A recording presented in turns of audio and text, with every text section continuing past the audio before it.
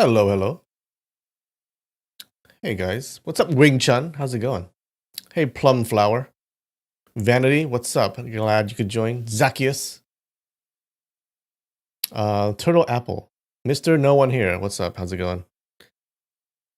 Cheetah Knight? Cheetah. What's up, Hope? Nice of you to join.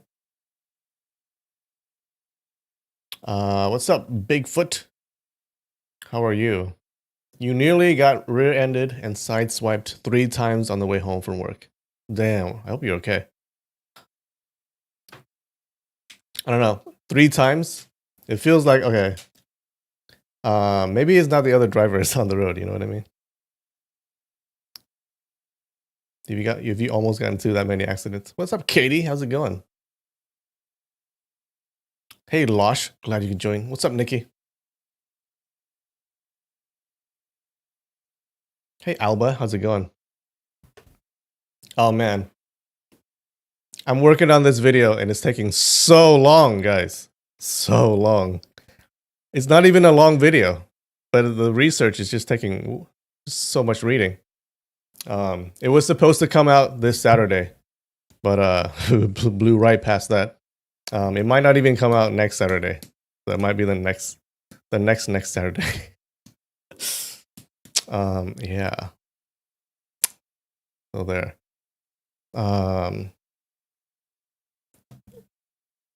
Yeah. Sometimes it just takes a long time to read up on stuff. But you know what? I don't have a real schedule.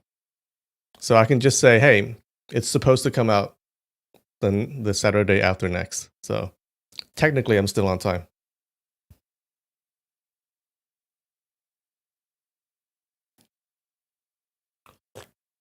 It's probably another Buddhism video. No, it's not.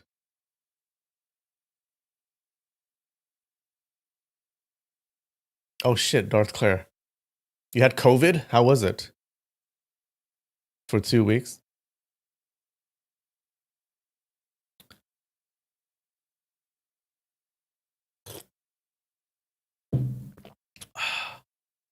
All right. All right, let's get to it.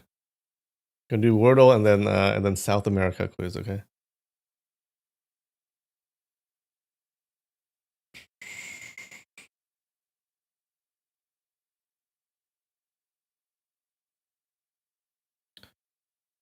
All right. How long is it gonna take today? Oh god.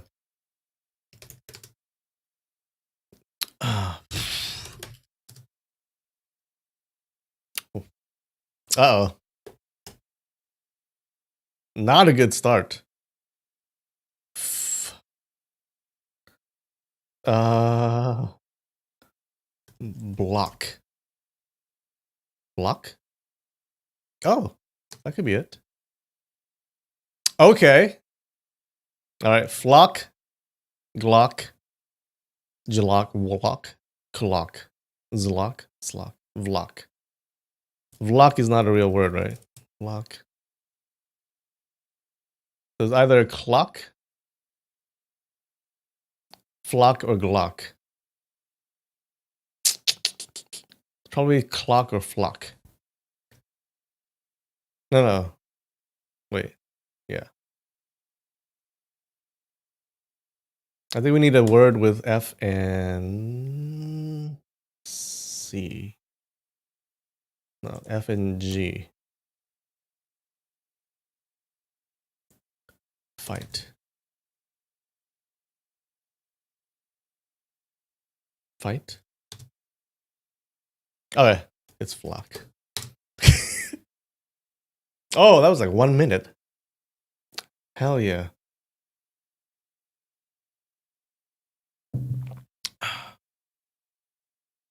Okay. South America quiz.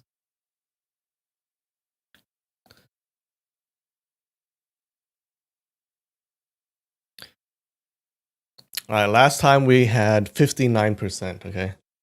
Today we're going for 60%.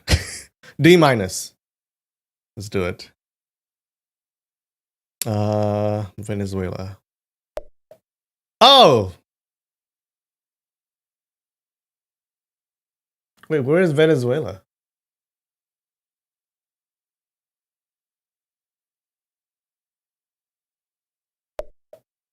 Where the fuck? Oh god. Okay, not a good start. Suriname. What is that? Okay. Guyana. Okay. Okay. Argentina. Colombia is this one probably. Peru here. Bolivia is this one. Uruguay is fuck. Uruguay. Ecuador. French Guiana. Chile. Paraguay. Wait, how's it 59% again?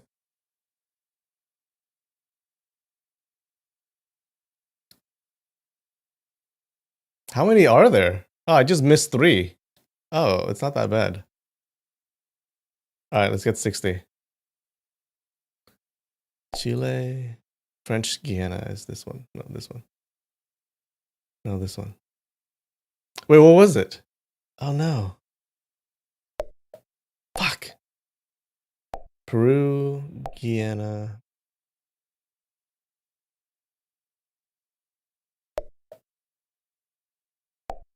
Oh god. I'm so bad. Ecuador. Paraguay. This. Brazil, Bolivia. Venezuela. Wait, where's Venezuela? Colombia, Uruguay. Okay. All right, we got 87.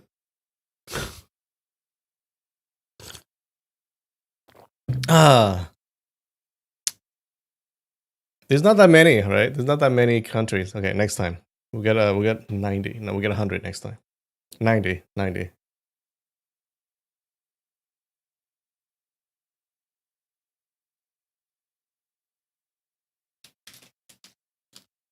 All right, before we get started, another thing from Boxu. Okay, it says Sakura sweet cookie. Okay. So I'm guessing it's Sakura flavor. It says a sweet cookie, tasteful and good flavor. Thank God. Glad I didn't get the one with bad flavor. It says good flavor on it.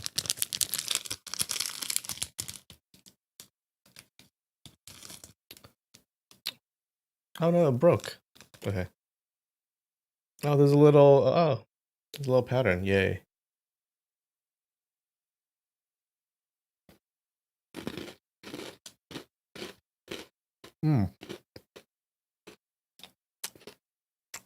Well, that's a cookie.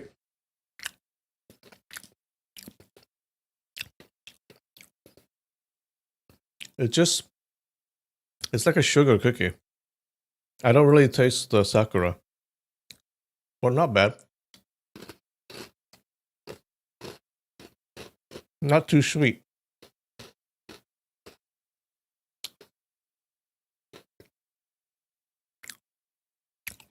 But not anything amazing. It's probably like a 6 out of 10.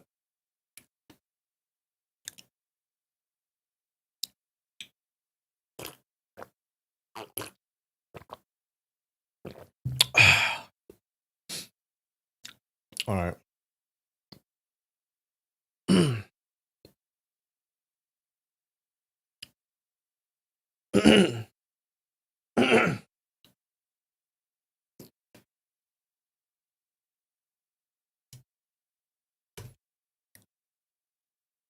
All right. So, what happened last week? I think today's gonna be a short chapter. Okay. I think we went a little bit over half. Last time. All right. So what happened last week? So our hero Qiao Feng is fighting at that meeting of heroes, and as he's about to die, he is saved by this like masked black figure. Right. This man in black. Man in black saves him. This masked man takes him to a cave with some food for him to recover. Okay, and then the guy leaves. Qiao Feng has no idea who he is, but he just stays in the cave and he recovers. And he decides to go to that place where his Khitan father had died, where the father jumped down the cliff, to look for the last words that his father had carved onto a rock. So he goes there and he finds the place and he looks at the rock. But then, unfortunately, someone had already cut out the words, right? Someone had already cut away the words, and he's super mad, but he doesn't know what to do. He doesn't really know what to do. And then freaking Aju shows up out of nowhere.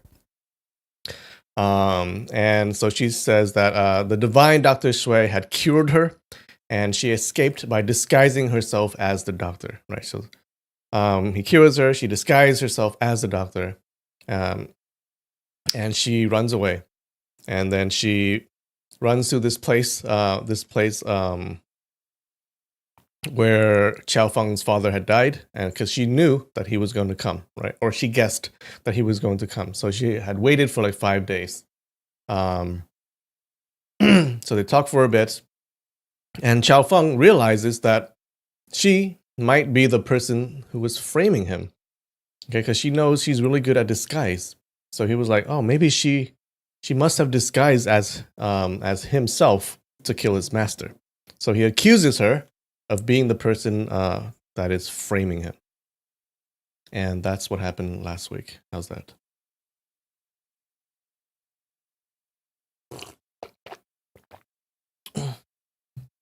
There's a small red thing on the blinds and it's super distracting. Oh yeah, I know what that is. It's just a tag. It's distracting to you, Losh? Well, we're gonna keep it there then. I hope you're distracted the entire stream.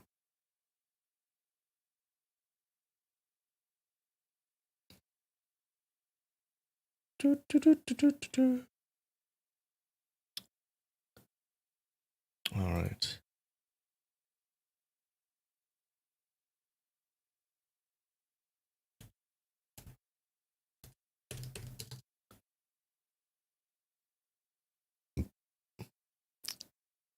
How about I take out the tag and make it make it more noticeable? Good idea.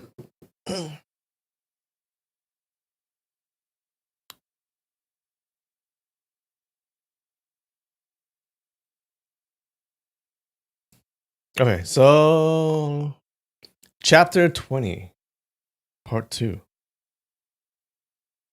Oh fuck. Hold on.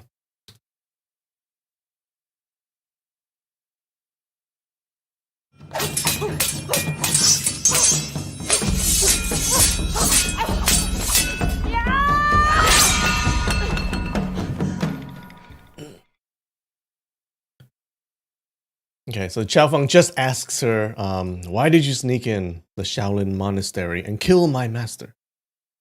Aju jumped out of her skin and called out, there's no such thing. Who said I killed your parents and killed your master? Qiao Feng said, my master was injured by someone. As he saw me, he immediately said that it was me who had harmed him. Don't tell me that it still wasn't you. As he said to her, he slightly raised his right palm, and his face was covered with a murderous look. If her answer was just a little bit clumsy, his palm would strike down, and then even 10 Ajus would die violently in an instant. Seeing that his face was covered with a murderous look, and his eyes were filled with rage, Aju was extremely scared, and could not help taking 2 steps backwards. If she took another 2 steps, she would fall into the bottomless abyss. Qiao Feng said sternly, stand there, don't move. Aju was so frightened that tears rolled down her cheeks drop by drop. She quavered, I didn't kill your parents, I didn't kill your master. Your master had such great skills, how could I kill him? Her last sentence was very powerful.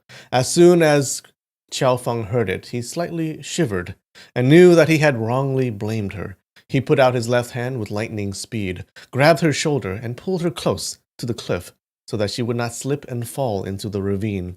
He said, that's right. My master wasn't killed by you. His master, Xuan Ku Daishu, was a brother of high-level monks, such as Xuan Ji, and Xuan Nan. His martial arts attainments were first class nowadays. He passed away not because of being poisoned or injured by weapons or missiles, but because his inner organs had been crushed by extremely fierce palm force. Aju was very young. How could she have such profound internal energy?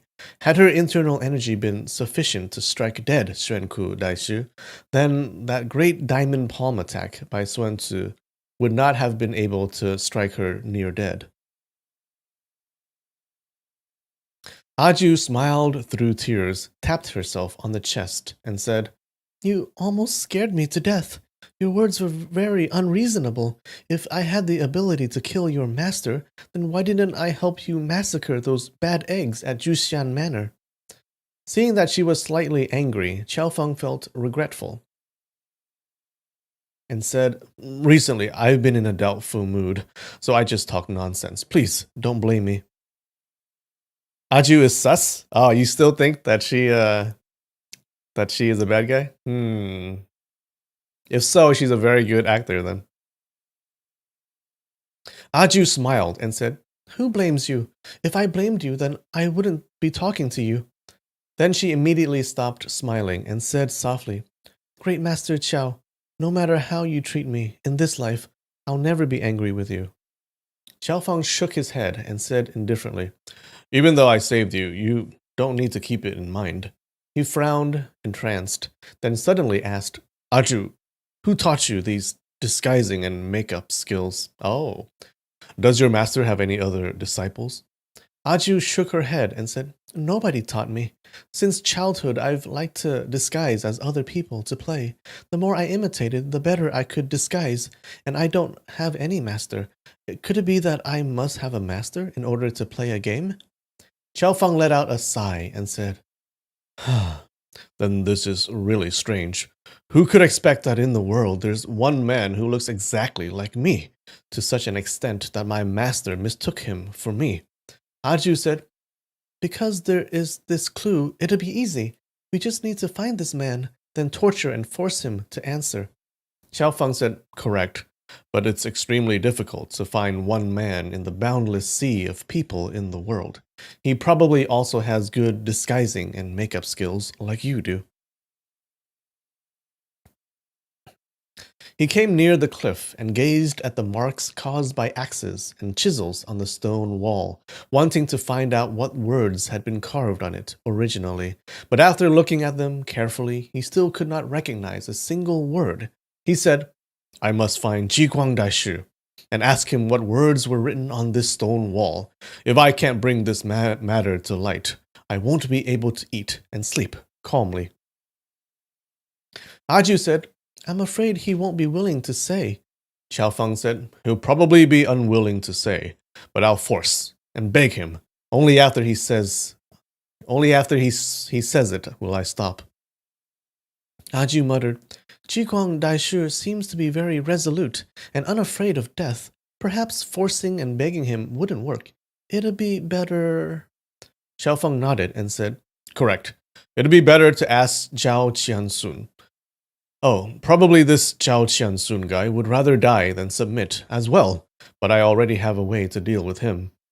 As he spoke to her, he turned toward one side, looked at the abyss, and said, "I want to go down to have a look." Aju jumped in fright. She looked at the mouth of that valley, which was covered in clouds and mists, and took several steps away from it, for fear of carelessly falling down into it.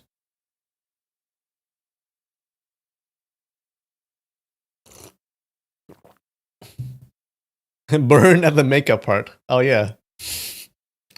Motherfucker just insulted her. You have great makeup skills.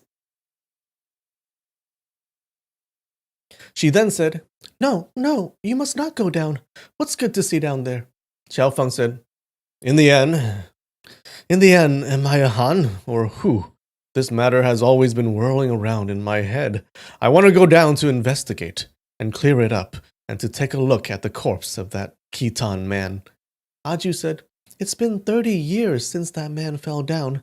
There are only several pieces of white bones left. What else will you be able to see?" Xiaofeng said, I just want to have a look at that man's remains.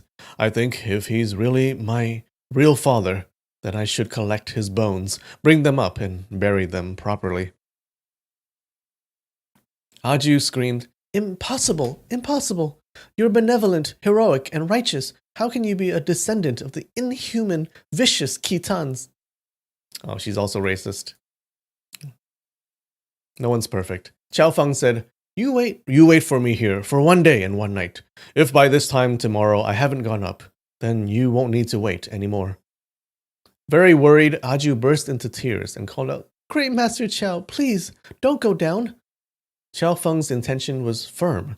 In spite of Aju, he did not change his mind a little bit. He said, At Juxian Manor, so many heroes, and brave men couldn't kill me. Don't tell me that this trifling valley could take my life. Unable to think of any words to dissuade him, Aju had no choice but to say, Maybe there are very many poisonous snakes, poisonous insects, or ferocious monsters down there. Qiao Feng laughed out loud, patted her shoulder, and said, If there were monsters, then it couldn't be better. I'd capture them for you to play. He looked all around the mouth of the valley to find a cliff where he could manage to put his feet on, to gradually climb down. At this moment, suddenly, he vaguely heard the sounds of horse hooves, which were galloping southwards in the northeast corner.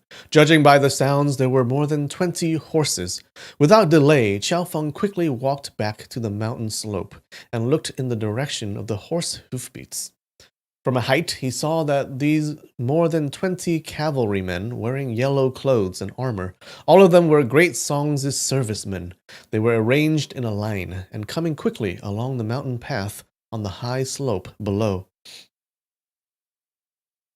After seeing clearly those people, he paid no attention to them, but the place where he and Aju were staying at was on the important path to enter the pass from the north of the Great Wall.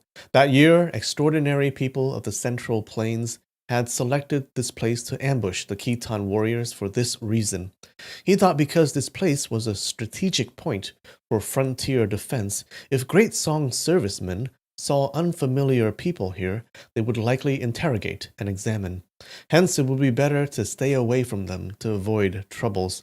He then returned to the original place, pulled Aju to the back of the big rock to hide, and said, These are Great Song servicemen.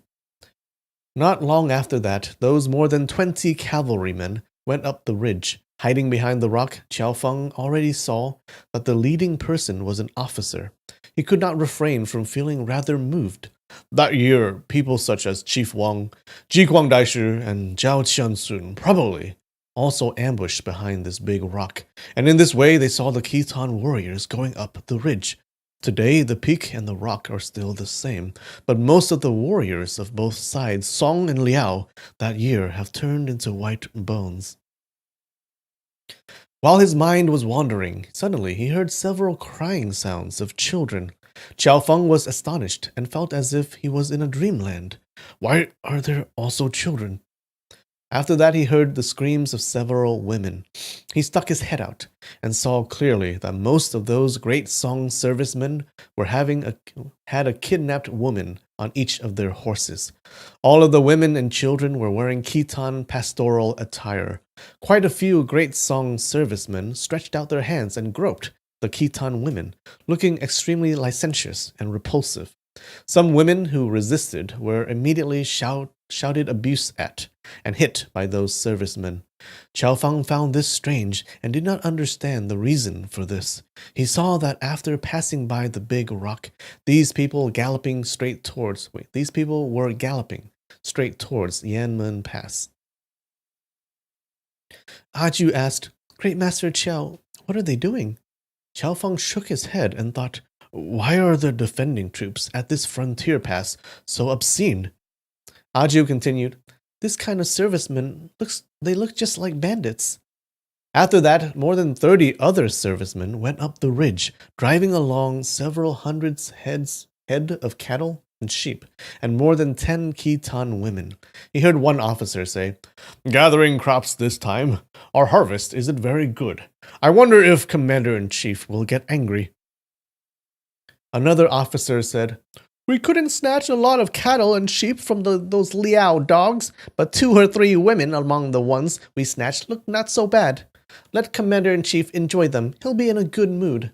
The first officer said, 30-something women aren't enough for everyone. Tomorrow we should work hard and snatch some more."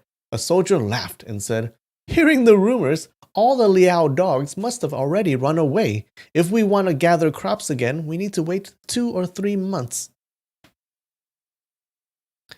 Licentious? I think they look extremely perverted, like lewd. Licentious. Promiscuous and unprincipled in sexual matters. Yeah. Like debauched, degenerate.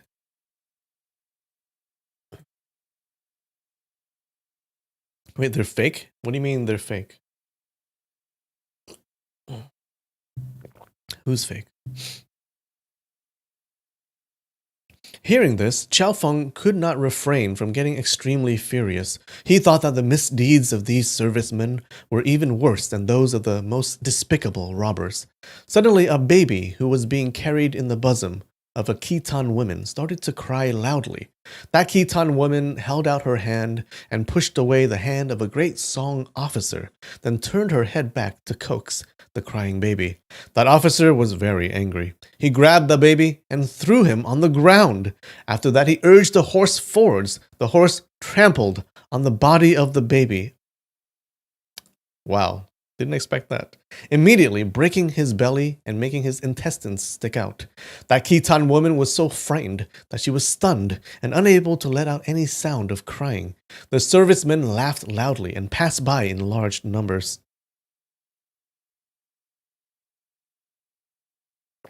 The raiders pretending to be soldiers? No, I think they're real soldiers. In his life, Qiao Feng had not seen just a few ruthless, cruel things, but this was the first time he had seen someone openly kill a baby for fun like this.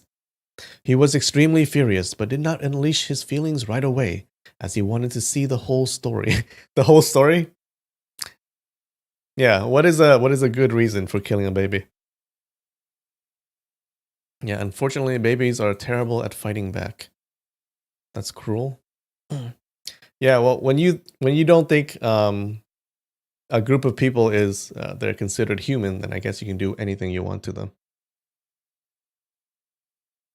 After this group of servicemen passed by, more than 10 other servicemen came while shouting.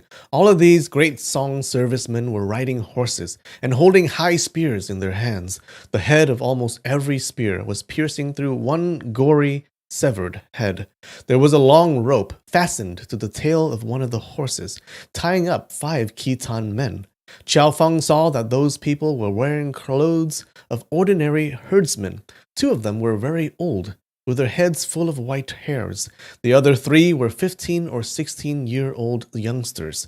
He immediately understood that these great Song servicemen had gone out to pillage. All the strong Khitan herdsmen had escaped, but they had captured the women, the children, the old, and the weak.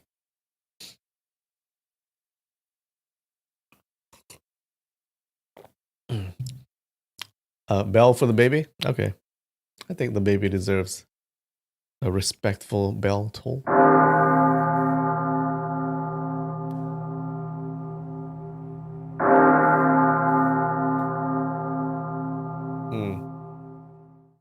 I suspect that there will be more bells in the near future. Future? He heard one officer laugh and say, "Ha ha ha! Cutting off 14 heads and capturing 5 Liao dogs. This contribution is not big and not small, but I'll certainly be promoted by 1 rank and rewarded with 100 taels of silver." Another man said, "Hey Gao, there's a Khitan small town 50 li to the west of here. Do you dare to go there to gather crops?" The one called Gao said, "Why the heck do I not dare? Are you looking down on me for being a rookie? As a rookie, your father needs to make more contributions at the frontier." While they were talking, the line of men who were running fast already came near the big rock. When seeing the corpse of the child on the ground, one old Khitan man suddenly screamed out, rushed over to hug the corpse, repeatedly kissing it and crying out sorrowfully. Even though Qiao Feng did not understand this old man's language, seeing his expression, he knew that the baby who had been trampled to death by horses was his relative. Oh no.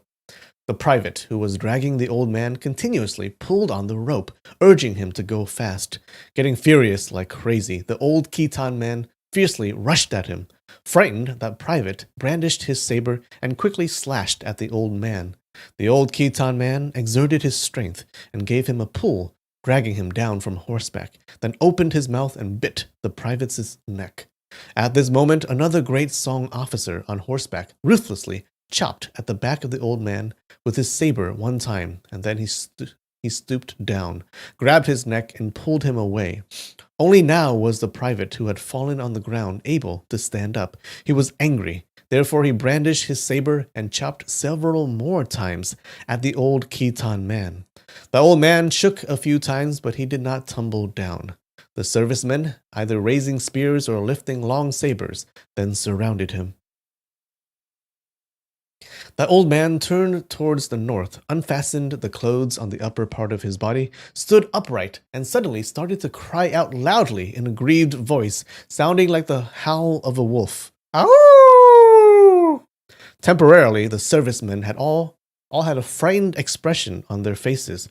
Qiao Feng was scared. He suddenly felt that there seemed to be a spiritual connection between him and this old Khitan man. He himself had also let out these several howls, which sounded like those of a dying wolf. That had been at Juxian Manor. Oh, remember? He did cry. He did let out a howl when he was fighting there. After successively being hit by saber and spear, seeing Shanzheng thrusting at him with his saber, he himself had known that he had been about to die. Hence, he had been unable to hold back his grief and indignation, and cried out violently like a wild beast. At this moment, when he heard those cries, a sense of closeness involuntarily arose in his heart. Not thinking anymore, he leapt out from behind the big rock.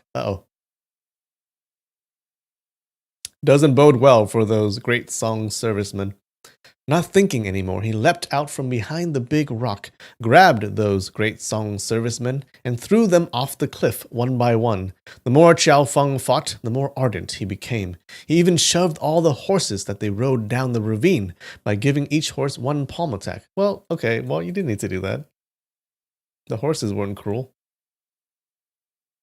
The cries by men and the neighs by horses were heard for a while, then soon fell silent.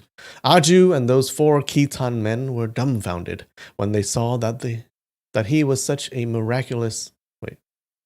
When they saw that he was such. When he saw that he was so miraculously mighty. After killing all of those more than 10 servicemen, Qiao Feng let out a long howl. No! Which shook the valley. Seeing that the old Khitan man was still standing upright after receiving several saber slashes, he respected him for being a brave man. My wolf howl cried all the way downstairs into your basement. Gotcha. Maybe I'm a Khitan man. Did you ever think of that? He then went up to the old man and saw that he was facing north, with his bare chest being exposed. But he no longer breathed and was already dead. Oh. Bells for him.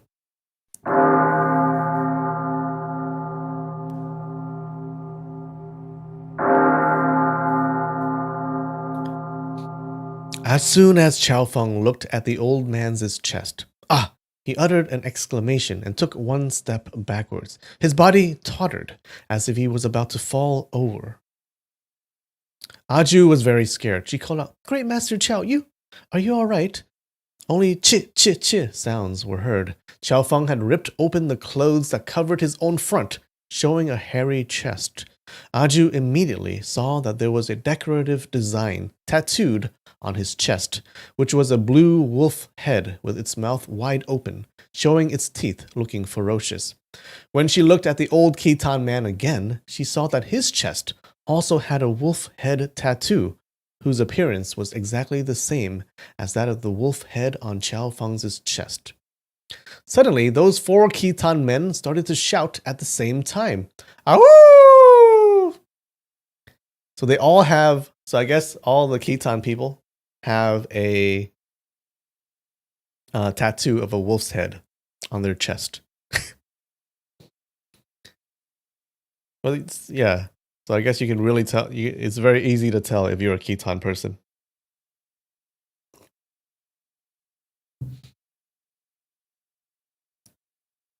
When Xiao Feng had begun to understand things at the age of 2 or 3, he had already seen this blue wolf head tattoo on his chest. Because he had known it since childhood, he had not in the least thought that it had been unusual. Later, when he had grown up, he had asked his parents about it. Zhao Shanhuai and his wife both had said that the picture had been beautiful and praised it for a while, but they said nothing about its origin. During the Northern Song dynasty, it was very common to have a tattoo on the body. Some people even had their whole bodies covered with tattoos, from the neck to the feet. Great Song received the country from the Chai clan of the later Zhou dynasty. The founder of the later Zhou dynasty, Guo Wei, had a sparrow tattoo on his neck, and for this reason he was called Guo Sparrow. At that time, having tattoos had become a prevailing fashion, and 8 or 9/10 of the beggars' clan brothers had tattoos on their bodies. Hence, Xiao Feng had never had the least bit of suspicion. But at this moment, when he saw the blue wolf tattoo on the chest of the dead old Khitan man and his own tattoo were unexpectedly exactly alike, he was shocked. The 4 Khitan people surrounded him and talked in a language he did not understand. They continuously pointed at the wolf head on his chest. Because Xiao Feng did not understand what they were saying, he had no idea how to reply. Suddenly, one old man unfastened his clothes and showed his chest, which unexpectedly also had this wolf head tattoo. The other 3 youngsters also unfastened their clothes, and their chests all had the wolf head tattoo as well. So wait, they tattoo the babies? They must have, right? Because he was only a baby when his dad died, right? So they tattoo a baby, the wolf's head onto a baby? That's kind of weird though, right? Because when you grow up, isn't it all stretched and weird?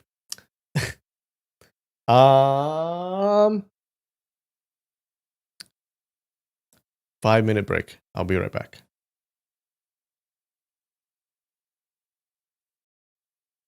And we back. Okay, so I think it's pretty clear now that Xiao Feng is a Khitan, right? Because he has this wolf head tattoo. I think we're supposed to see it. It's supposed to be like a nice, majestic wolf's head, but realistically, it's probably like this fuzzy thing. It's like this fuzzy thing that barely looks like a wolf's head, right? Because like they did it, they made the tattoo. They put on the tattoo when they were like little babies, so it's probably all fuzzy and shit. And tattoos fade and become fuzzy over time too, right? So it probably doesn't look that good. Probably. But I guess it's recognizable. So now we know that Xiao Feng is definitely Khitan, right? He's not a Song Chinese.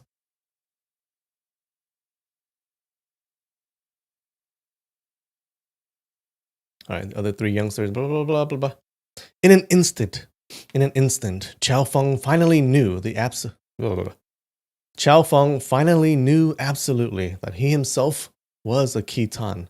The wolf's head on the chest had to be the symbol of their tribe. Perhaps each of them had been tattooed with it since childhood. Okay, not all Khitan people, just this tribe. He had always detested Khitan people, thinking that they were brutal, despicable, faithless, and unrighteous. and thinking that they were accustomed to killing Han people and did not stop at any crime. But at this moment, he had no choice but to admit that he himself was a Khitan man who was just like an animal. Hence, he felt extremely distressed. He stood in a trance for a long time. Then suddenly he let out a shout and ran like crazy towards the forest. Okay. Aju called out, "Great Master Chow! Great Master Chow!" and went after him. Only after chasing him for more than 10 li did Aju see him sitting under a big tree and hugging his head. His face was pale. A thick blue vein stuck out on his forehead. Aju went to his side and sat down next to him. Chow Feng shrank his body and said, "I'm a Khitan barbarian who is lower than pigs and dogs. From now on, you don't need to see me again." Like all other Han people, Aju, of course, also detested Khitan people to the marrow, but in her heart, Chow Feng was like a heavenly god. Needless to say, he was just a Khitan. Even if he was a demon or a ferocious beast, she would not be willing to leave him. It remains majestic with chi? Oh, okay. Because his chi is so strong that his tattoo remains majestic. Gotcha.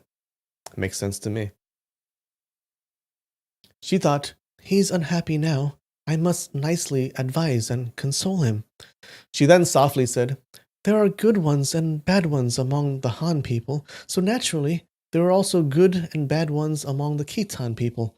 Great Master Chow, please don't pay any attention to this kind of thing. Aju's life was saved by you. If you're a Han, that's fine by me. If you're a Khitan, that's also fine. Han or Khitan, it makes no difference to me." You think Aju might be in love? Oh, you think so? She's yeah. She's being subtle, but I think you're right. Chow Feng coldly said, "I don't need you to take pity on me. In your mind, you look down on me. You don't need to hypocritically say any nice words. I saved your life not because of my true feelings. It's just that I temporarily wanted to show off my skills and defeat other people. This matter has been written off in one stroke. Please, go away quickly." Aju was anxious and flustered and thought, he already knows that he himself is a Khitan barbarian. Perhaps he'll return to the northern deserts and from now on never put his foot on the central plains again. For the moment, not being able to control her feelings, she stood up and said, "Great Master Chow, if you cast me aside and leave, I'll jump into this valley. Aju will definitely do what she has promised. You're a Khitan hero, so you look down on this lowly slave girl. I'd better finish myself." Hearing she say this very sincerely, Chow Feng felt touched. He had only thought that if he was a barbarian, all the Han people under heaven would avoid him like avoiding snakes and scorpions.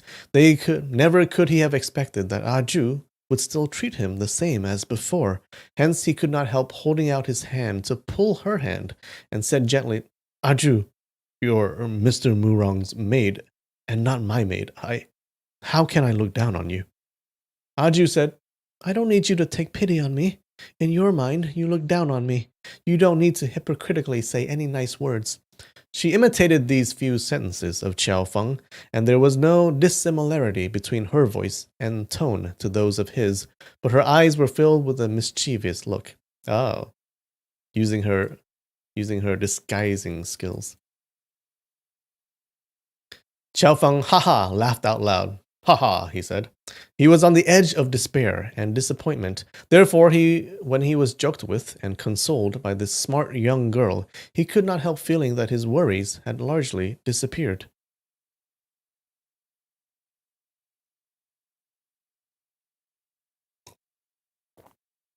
Aju suddenly adopted a stern expression and said, "Great Master Chow, I serve Mr. Murong, but I do not sell myself to him. It was only because I have been without parents since childhood and was wandering about outside. One day I was bullied and humiliated by other people. Seeing that, old Master Murong saved me and took me to his home. I was alone and homeless, so I became a maid in his home. Actually, Mr. Murong doesn't regard me as his maid at all. He even bought me a few maids to serve me. Abi is also like me, It's just that her father sent her to old Master Murong's home in Yanzi Hamlet to take refuge. In those days, old Master Murong and Madame Murong once said that the day I and Abi wanted to leave Yanzi, his Murong family would happily see us off. Speaking unto here, she slightly blushed. It turned out that during that time, Madame Murong had said, the days that the two little girls Aju and Abi have homes to return to, the whole Murong family will see them off without dowries, decorated sedan chairs. See them off with dowries, decorated sedan chairs, and musical performances. There will be no difference to when our daughter gets married. She paused for a short while, then continued talking to Qiao Feng. From now on, I'm going to serve you and become your maid. Mr. Murong definitely won't take offense. Shaking his hands continuously, Qiao Feng said, No, I'm a barbaric Hu man. How can I have any maid? You're used to living a rich and honorable family in Jiangnan. What's so good about following me to wander about and suffer hardships? You see, I'm such an insolent sort of fellow. Do I deserve to be served by you? Aju gave a charming smile and said, If so, let's consider that I'm a servant who has been captured by you. Then when you're happy, you'll smile at me. When you're sad, you'll beat me and scold me. Is that okay? Qiao Feng smiled and said, If I gave you a punch, I'm afraid you would die instantly. Aju said, Of course, you only beat me gently and must not hit too hard. Oh, okay. She's that kind of girl. Qiao Feng laughed haha and said, If beating gently, then it'll be better not to beat. I don't want to have any servant either. You're a great Khitan hero. What's wrong with you capturing some Han women and making them your servants? You see, didn't those great Song servicemen also kidnap many Khitan people? Qiao Feng was speechless, seeing that he was knitting his brows tightly, and the look in his eyes was very gloomy. Aju was afraid that she had said something wrong, making him unhappy.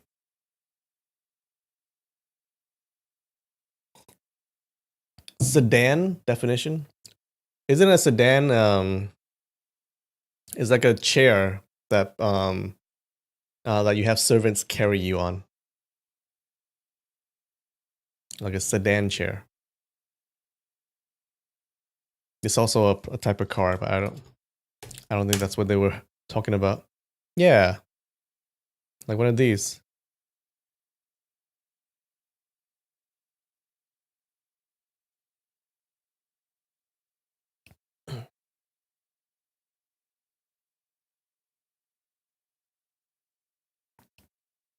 After a while, Qiao Feng slowly said, I've always thought that Khitan people are ferocious and ruthless and savagely harm Han people.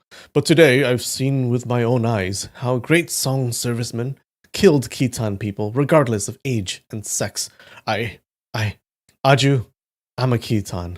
From now on, I'm no longer ashamed to be a Khitan, and I don't feel honored to be a great Song man either.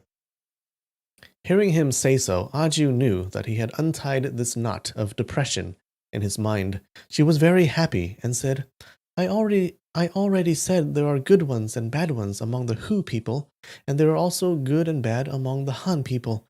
Hu people don't have the craftiness of Han peoples, so maybe they even have a bit fewer baddies. When Qiao Feng looked at the ravine on the left-hand side, he remembered what had happened that year and said, Aju, my father and mother were murdered without any reason by these Han people. I'm not allowed not to settle this score. Oh, wait. Uh-oh. Is he looking for revenge? Aju nodded and secretly felt scared. She knew that the words, I'm not allowed to not settle this score, that he had just mentioned lightly, were bound to involve countless fierce battles, blood, and lives. Qiao Feng pointed at the ravine and said, That year, after my mother was killed by them, my father was so sad that he didn't want to live, so he jumped into the ravine from beside the rock over there. While he was in midair, unwilling to make me die with him, he tossed me up. Only thanks to that can Qiao Feng be here today. Aju, my father loved me very much, didn't he? With her eyes moistened with tears, Aju said, "Yes, my parents' intense and deep-seated score. How can I not settle it? In the past, I didn't know about it, so I went as far as considering the enemies my friends. It was very unfilial of me to do so. Today, if I don't find and kill the main murderer that harmed my parents, how could I, Qiao Feng, still have the face to live in the world? In the end, who is the leading big brother that they mentioned? The letter that he wrote to Chief Wang had his signature, but Monk Ji Guang torn off the signature and swallowed it. Obviously, this leading big brother, Buster, is still alive. Buster? Otherwise, they wouldn't have to cover up for him. He asked himself and answered himself. After thinking deeply, he knew that Aju was unable to help him find the arch-enemy. But having one person at his side to hear him talk would automatically relieve many of his worries. He continued, "This leading big brother could command the extraordinary people of the Central Plains, so he must be a person with very good martial arts and high reputation. Judging by his tone in the letter, the friendship between him and Chief Wang is very unusual. He called Chief Wang elder brother, so he must be a bit younger than him, but of course he's much older than me. It shouldn't be hard to find a person like this at all. Alas, only Monk Ji Guang, Elder Shu, and Madame Ma of the Beggar Society, and impartial Judge Shang Zheng have read that letter. That Chao Qiansun guy certainly also knows who he is." Chao Qiansun already told his Shimei, his younger apprentice sister, Granny Tan, about that. Perhaps Granny Tan doesn't hide that from her husband. Both Monk Ji Guang and Chao Qiansun are accomplices in the murders of my parents, so I'll certainly kill them. As for this leading big brother mofo, what? I will kill his whole family, from the old to the young, and I wouldn't spare even fowls and dogs. Aju felt a shiver of fear. She wanted to say, killing that leading villain would already be enough. You spare his whole family, okay? But when she was about to say these sentences, she did not dare to open her lips. She only felt that Qiao Feng had intense might. Therefore, she did not in the least dare to refuse to follow him. Qiao Feng continued, "Monk Shi Guang wanders about the whole country. Chao Qiansun also roams around. It won't be easy to find these two people. That impartial judge Shan Zheng guy didn't take part in the battle that killed my parents. I already killed 2 of his sons. His youngest son also died because of me, so there's no need to find him anymore. Aju, let's go find Elder Shu of the Beggars Clan." Hearing him say the word "let's," Aju could not help feeling elated, because it meant that he agreed to let her go with him. She smiled charmingly and thought, even if it's going to the ends of the world, I'll still go with you. And we're done. All right. How's that? Short chapter today, short video today. But okay, so we find out that, okay, Qiao Feng is actually Khitan, right? It's confirmed. Because of the tattoo. But looks like he's out for blood now, no? He's like, I gotta kill all these other people. And the leader of that expedition. We don't know who he is yet, but he's going to find out. You don't think Aju is being very subtle? Wait, let me get a drink. Be right back.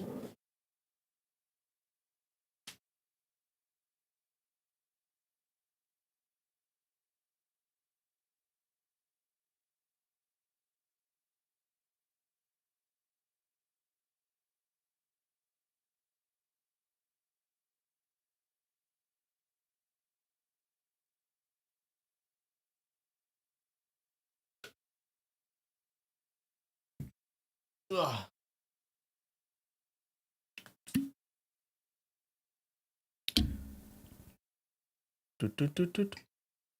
All right.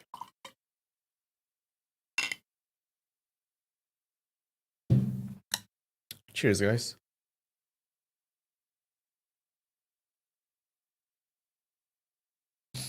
If those people had been more upfront about all this, They could have avoided most of it. Yeah, true. I don't know though. What if they had told what if they have told everyone that Xiao Feng was a Khitan when he was a baby? Would they have killed him? I'm thinking like they would have killed him. I think like he would have been offed. I think that's why they didn't say it.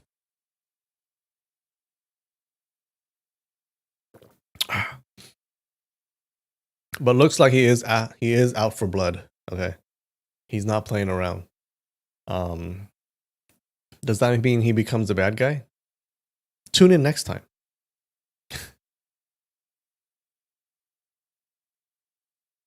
All right. All right. I think that's it. I love you, and I'll see you next week. All right. Bye.